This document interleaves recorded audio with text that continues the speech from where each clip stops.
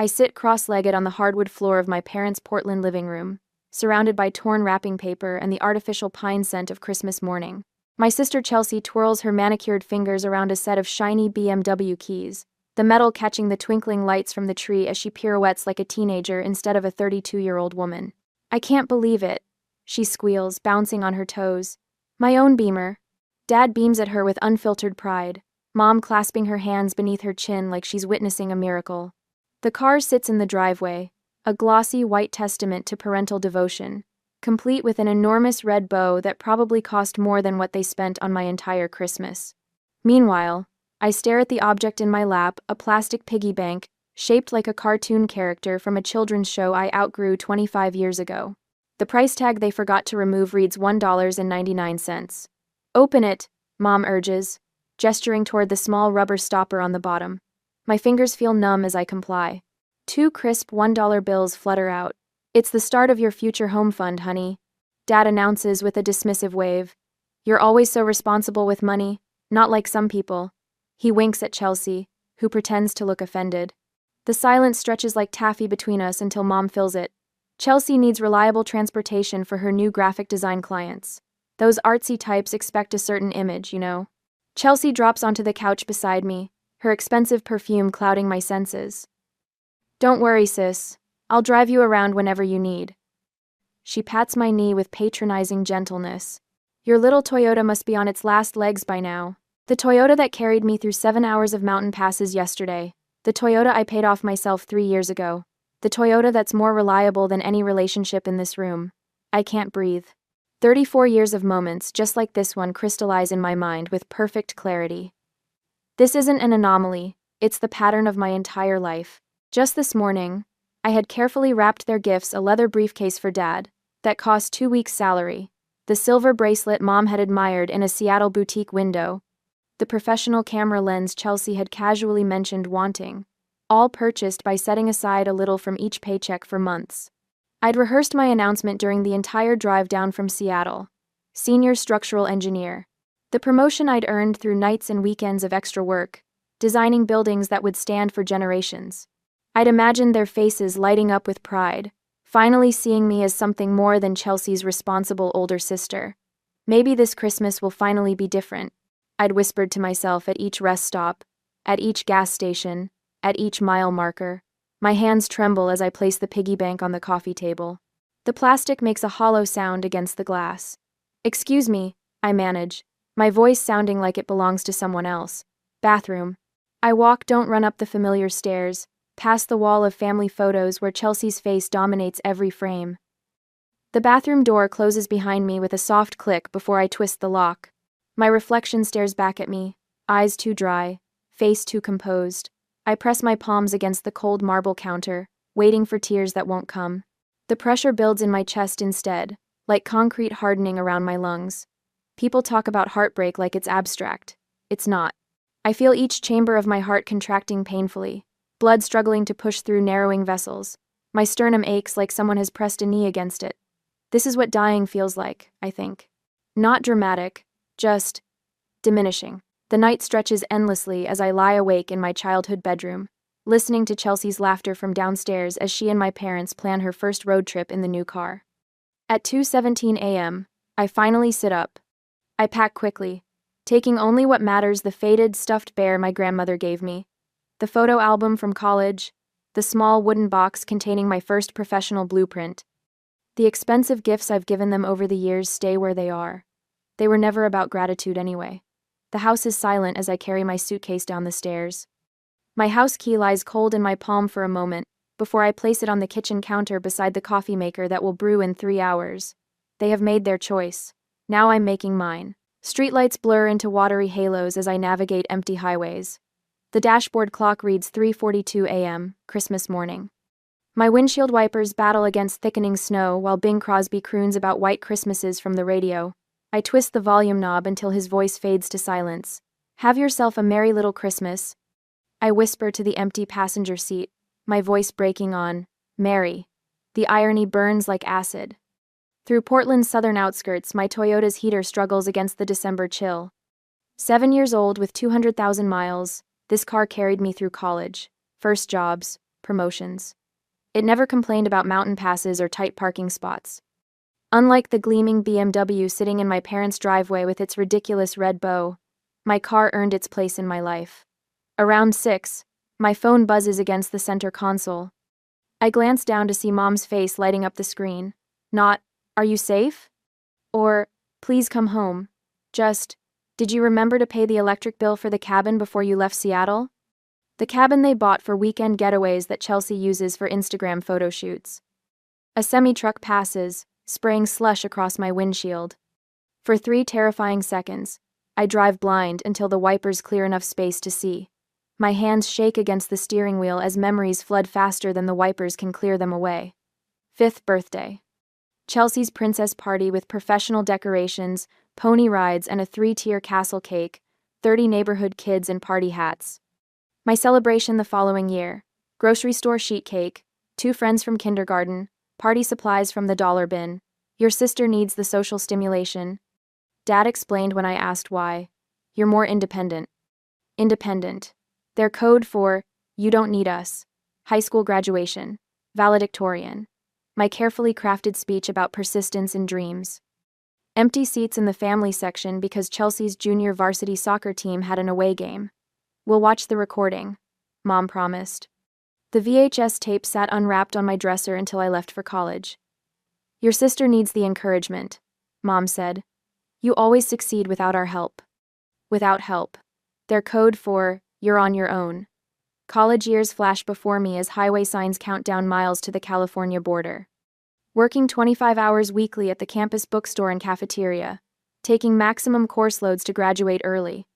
Stretching student loans and scholarships while Chelsea explored artistic inspiration across Europe on our parents' dime. Your sister needs to find herself. Dad insisted during one of our rare phone calls. You've always known exactly who you are. Known who I am. Their code for, you don't deserve exploration. My phone buzzes again. Dad this time. I let it ring until voicemail catches it. The first hint of dawn lightens the eastern horizon as tears blur oncoming headlights into golden streaks. I pull onto the shoulder, hazards blinking, and press my forehead against the steering wheel. The patterns crystallize with sudden clarity. Dad controlling the money, withholding from me while bankrolling Chelsea's every whim. Mom manipulating emotions, making me feel selfish for wanting even scraps of attention. The perfect system. One parent handling financial favoritism, the other maintaining emotional control. My phone rings again. Not family this time.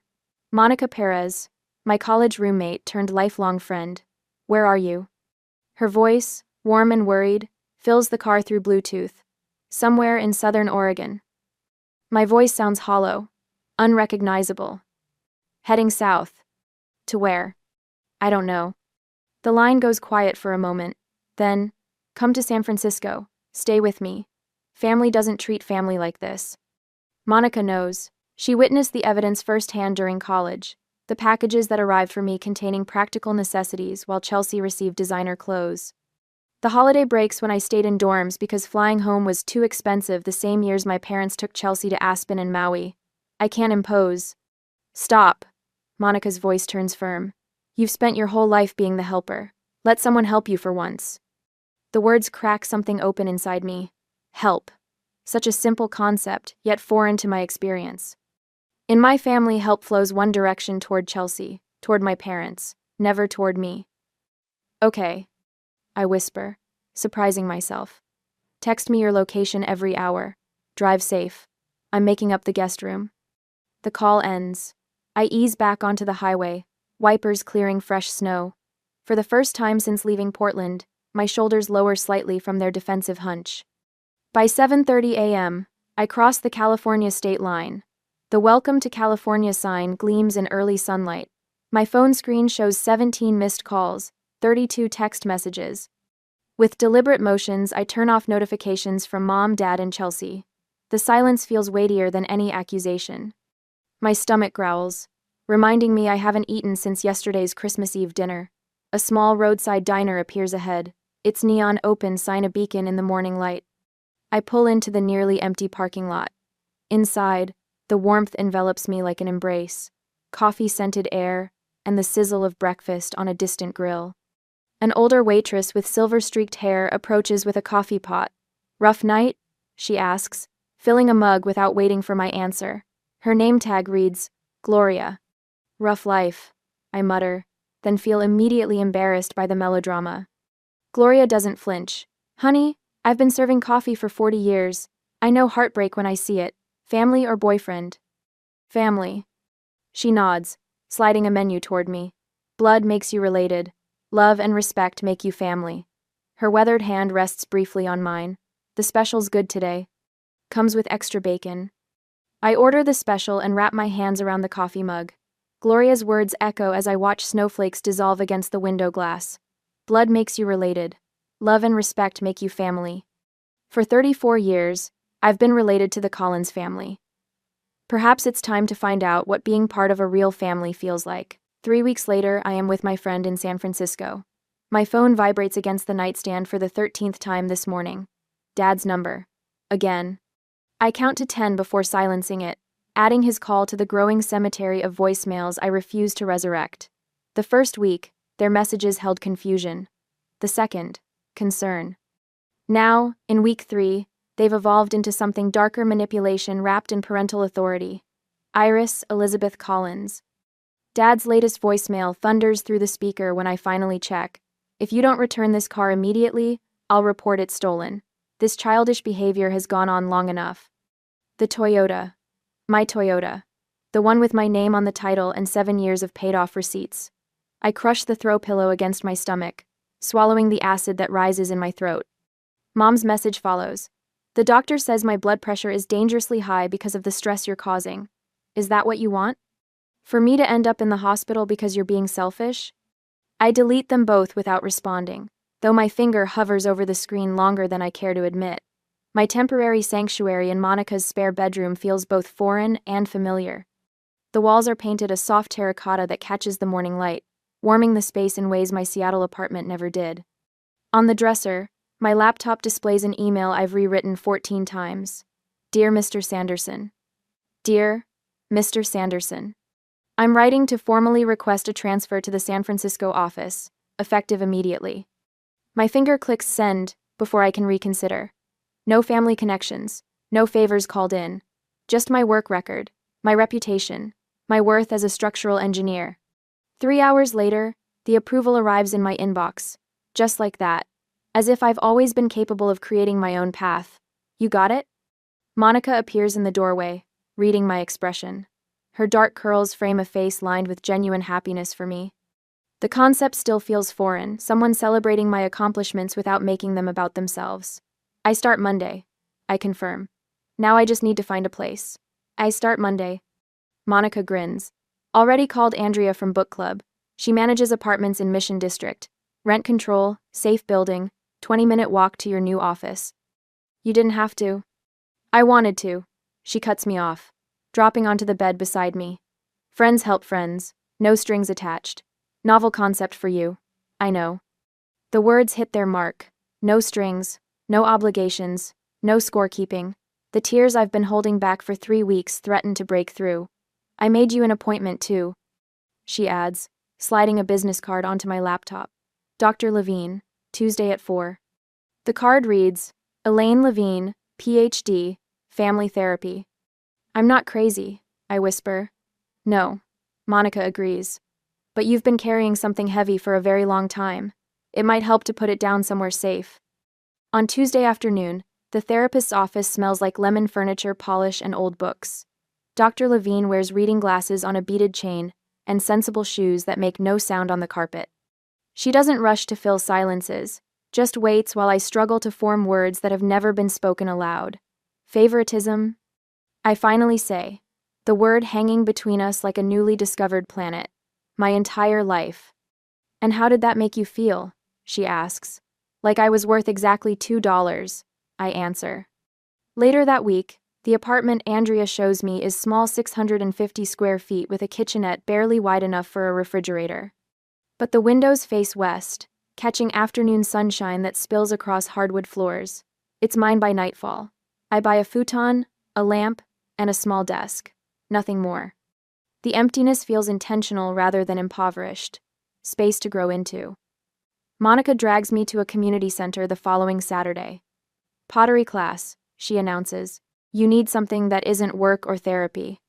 I protest until my hands sink into cool clay, feeling it yield and resist simultaneously. The instructor, a woman with silver hair and paint-spattered overalls, stands behind me. Don't force it, she murmurs. Listen to what it wants to become. My fingers tremble as they shape something from nothing. By class end, I've created a small, imperfect bowl with uneven edges. It's hideous and beautiful, and entirely mine. The first video call comes 4 weeks after Christmas. I answer on the third ring, steeling myself against the familiar surge of guilt their faces trigger. Where have you been? Dad demands immediately. His face fills the screen, red with indignation. Your mother has been worried sick. Behind him, Mom dabs at eyes that remain strategically dry. San Francisco, I answer calmly. I transferred offices. Without discussing it with us first? Mom interjects, pushing into frame. How could you be so inconsiderate? The old pull tugs at my chest, apologize, placate, make it right. But Dr. Levine's words echo. Your feelings are valid. Their reactions belong to them, not you. I needed space, I say instead.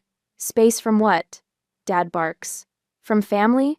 From responsibility? From growing up? From feeling invisible, I reply, surprised by the steadiness in my voice. From being valued less than Chelsea. From trying to earn love that should have been freely given. Mom's tears flow instantly, right on cue. How can you say such hurtful things? We've always loved you both the same. I'm not responsible for your feelings anymore, I tell her. The words feel like stones I've been carrying in my mouth for years, finally released. I'm responsible for mine. Dad slams his palm against the table. This conversation is over until you're ready to apologize. Then I guess we're done talking, I answer, and end the call. In days to come, the rumors reach me through LinkedIn messages and texts from former coworkers. According to family lore, I've had a mental breakdown. I'm living in squalor. I've joined a cult. Chelsea's Instagram shows her looking concerned in tastefully filtered photos, captioned with vague references to family heartbreak and praying for those struggling with mental health. My new coworkers know nothing of this narrative. They see only my work, the precision of my calculations, the innovation in my designs. When Chelsea shows up unannounced at the office reception 10 days later, Monica happens to be dropping off lunch. She's in a meeting. Monica informs her coolly, and she'll remain in meetings indefinitely for uninvited visitors. My therapy group meets Wednesday evenings in a church basement that smells of coffee and old hymnals. 8 strangers connected by similar wounds. Family doesn't get a pass just because they're family, says Raymond, a 60-year-old accountant who hasn't spoken to his brother in 20 years. Love without respect isn't love, it's possession. So, the words settle in my chest like truth. 6 months after Christmas, my apartment has transformed. Pottery lines the windowsills, each piece more refined than the last. A proper bed has replaced the futon. The promotion to senior project manager came with a raise that ended any lingering financial anxiety. On my bookshelf sits the plastic piggy bank. I've filled it with crisp $2 bills, one for each week of freedom. Not as punishment, but as a reminder.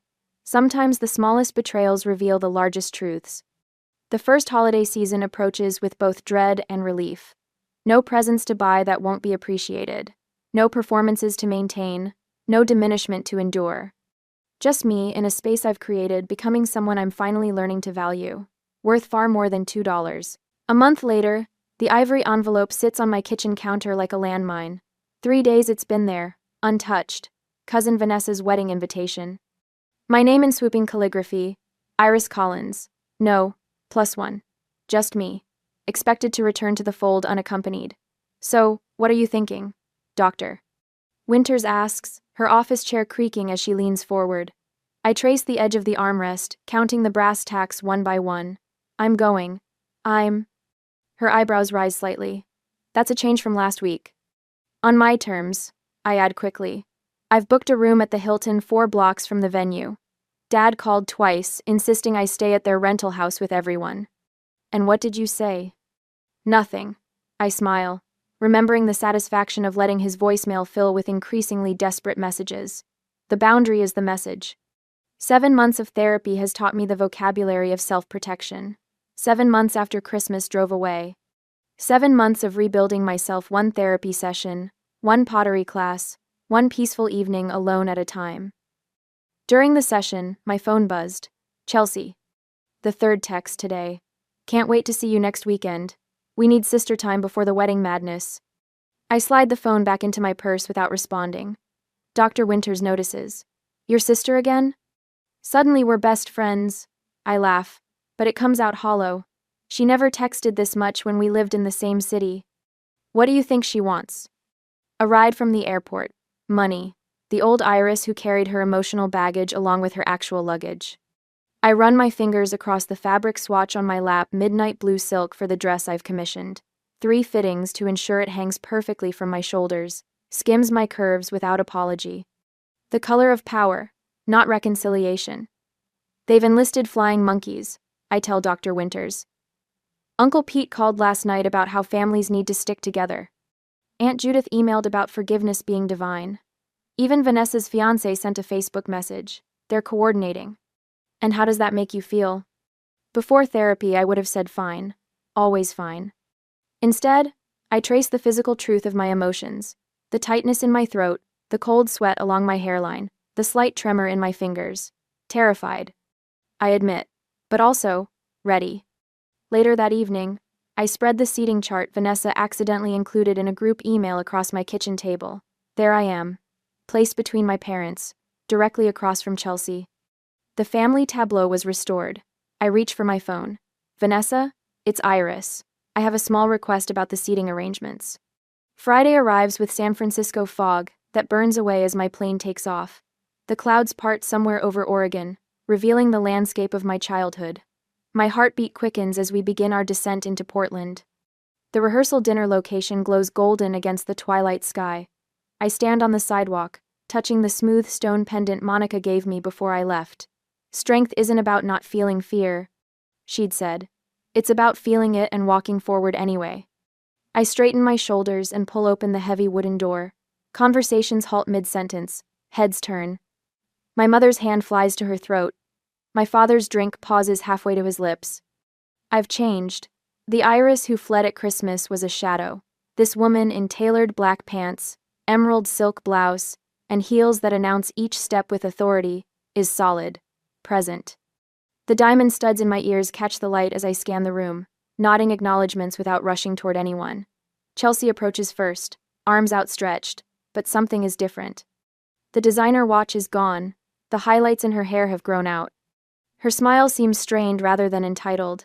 You look amazing, she says, embracing me briefly. Thank you. I step back, maintaining the space between us. How's the BMW treating you? Her eyes dart away. I, had to trade it in.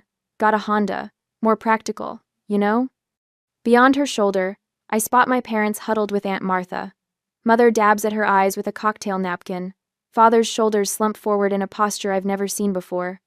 Cousin Tara appears at my elbow, vodka tonic in hand. God, am I glad you're here, she whispers. You wouldn't believe the drama since Christmas. Oh? Your parents are selling the house. She leans closer. Medical bills, they say, but everyone knows they've been floating Chelsea for years. Reality finally caught up. Before I can respond, a waiter circulates with champagne. I take a glass, watching the bubbles rise and burst against the surface. Just like the family stories, what rises eventually pops. Uncle Simon approaches, clasping my free hand. You're looking well, Iris. That job in San Francisco must agree with you. Senior project manager now, I say, the words still tasting new on my tongue. His eyes widen. No kidding? That's wonderful. More relatives orbit toward me throughout the evening. Cousin Michael confesses he always noticed how differently I was treated. Aunt Martha hugs me too tightly, whispering, Your father lost his job 3 months ago. Your mother's on anxiety medication. I absorb each revelation with the strange detachment of someone watching waves break against a shore from which they've retreated to higher ground. My father corners me during cocktail hour, bourbon heavy on his breath. Family sticks together, Iris. His voice carries the familiar weight of authority, but something essential has crumbled beneath it, no matter what. Does it, Dad? I meet his gaze without flinching. Or do some family members stick together while others get pushed aside? His face reddens. We've always supported you. $2 in a piggy bank. The words come out softer than I expected, but they land with precision. That was your definition of support. He opens his mouth, closes it, then walks away. In the ladies' room, my mother appears beside me at the sink, eyes swimming with tears. We miss you so much, she says, reaching for my hand. I continue washing my hands, the soap slippery between my fingers. I miss who I thought you were too. Back in the main room, Chelsea pulls me onto the terrace. The evening air carries the scent of roses from the garden below. The BMW got repossessed, she blurts out. I'm drowning in debt. Design clients dried up. Dad can't help anymore. Her voice cracks. I don't know how to do this, Iris. I never learned how to stand on my own. The confession hangs between us. 7 months ago, I would have immediately offered solutions, money, and a place to stay. The old Iris would have added this burden to her collection. Instead, I place my hand gently on her arm. That sounds really hard, Chelsea. I feel compassion without responsibility, a distinction that took months of therapy to learn. I'm sorry you're going through that. Her eyes widened slightly at my response, compassion without rescue. I can help you make a budget, I offer. But I can't fix this for you. Over her shoulder, I see Vanessa in her pre-wedding glow, surrounded by bridesmaids. Tomorrow will bring its own challenges.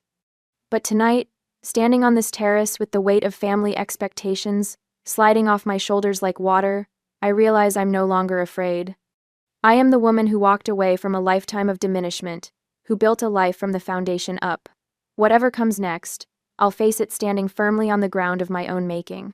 The next day, I stand in the bridal suite of the Magnolia Gardens, watching as my cousin Vanessa transforms from nervous bride to radiant woman. The morning sun pours through tall windows, casting everything in a gentle golden light that feels at odds with the storm brewing in my chest. Iris, your parents are looking for you. Aunt Martha whispers, her fingers gentle on my forearm. They're in the library, said it's important. I knew this moment was coming. 7 months since I walked out of their Portland home, leaving nothing but a note and a lifetime of resentment behind. Thanks, Martha. My voice sounds calmer than I feel. I'll find them after I help Vanessa with her veil. Martha's eyes soften. They mentioned something about a family emergency before the ceremony. Of course they did. The library door feels heavier than physics should allow as I push it open 30 minutes later. Mom sits ramrod straight in a high-backed chair, tissues already clutched in her hand. Dad paces by the fireplace, his movements sharp and contained. Chelsea stands by the window, wearing a dress that costs more than my first month's rent in San Francisco, though the repossessed BMW is nowhere to be seen. Iris, thank God. Mom rises, arms outstretched. We need to talk as a family. I remain in the doorway. The ceremony starts in 40 minutes. Sit down, Iris. Dad gestures to the empty chair positioned to face all three of them.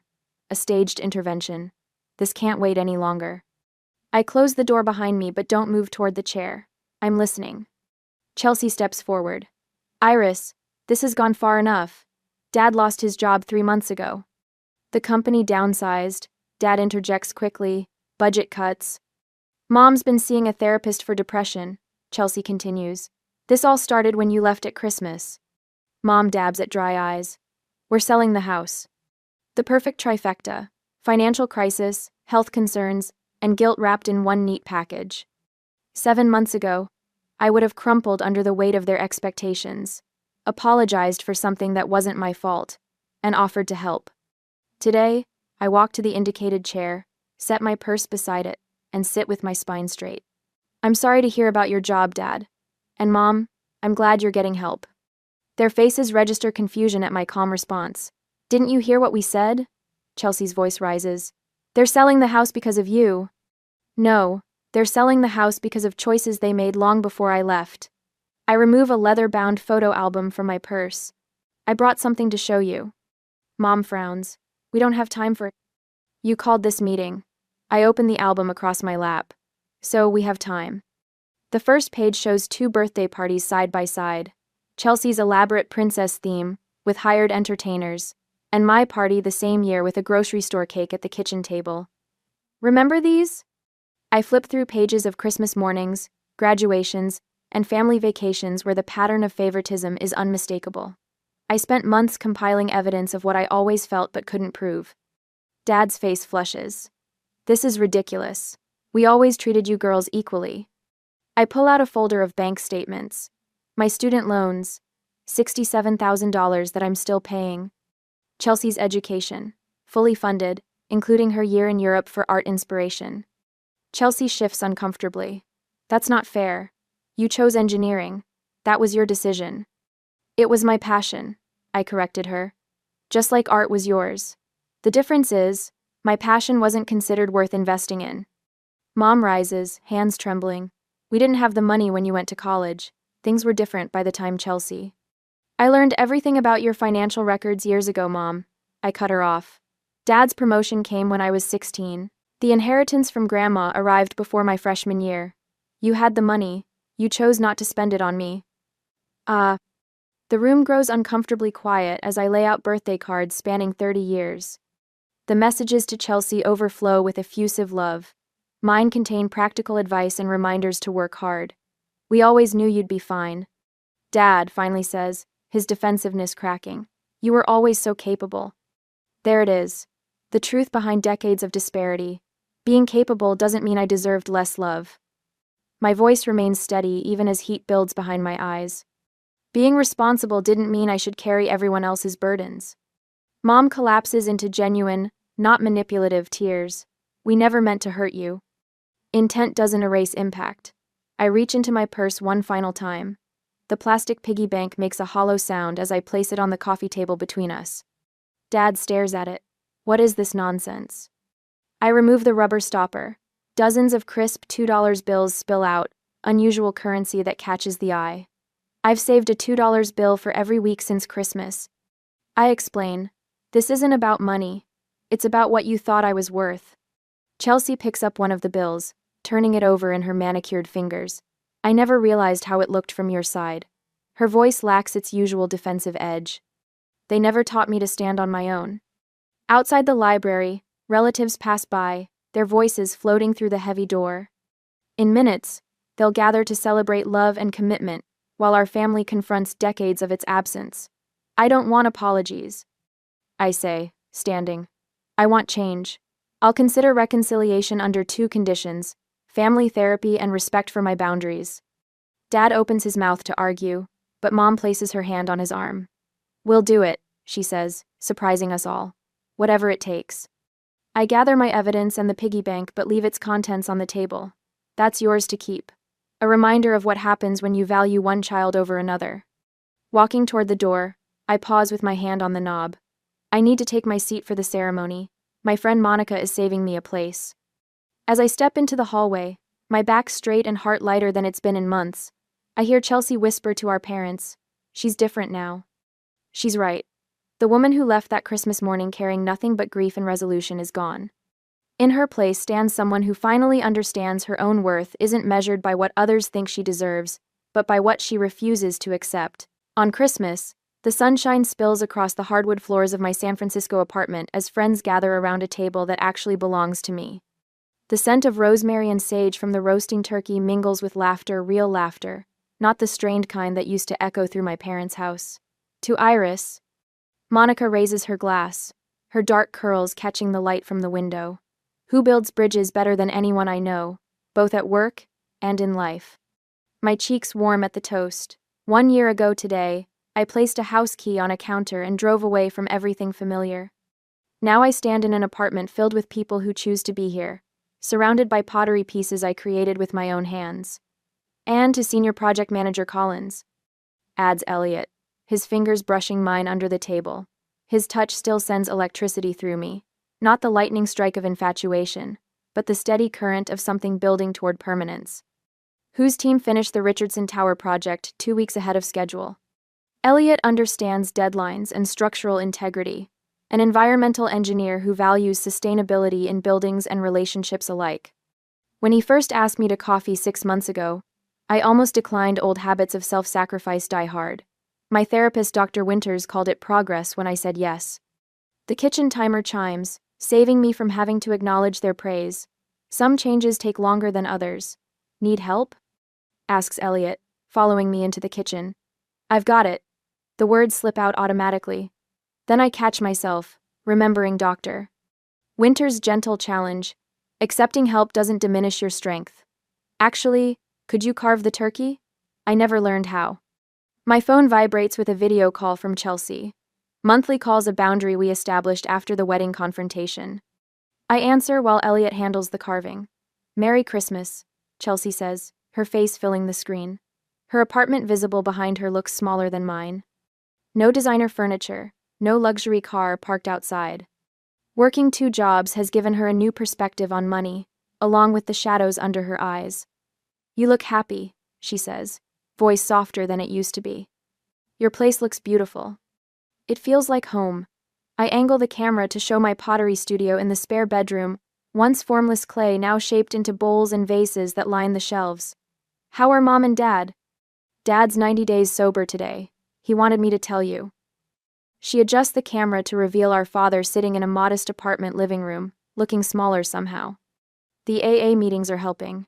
He's different when he's not drinking." I nod, not ready to fully process that revelation. "And Mom?" "Still volunteering at the community center. She wanted to come to the call but had an emergency food drive." Chelsea pauses. "They ask about you. Not in the old way, though." We talked for a few more minutes before saying goodbye. The wall clock shows it's time for dinner.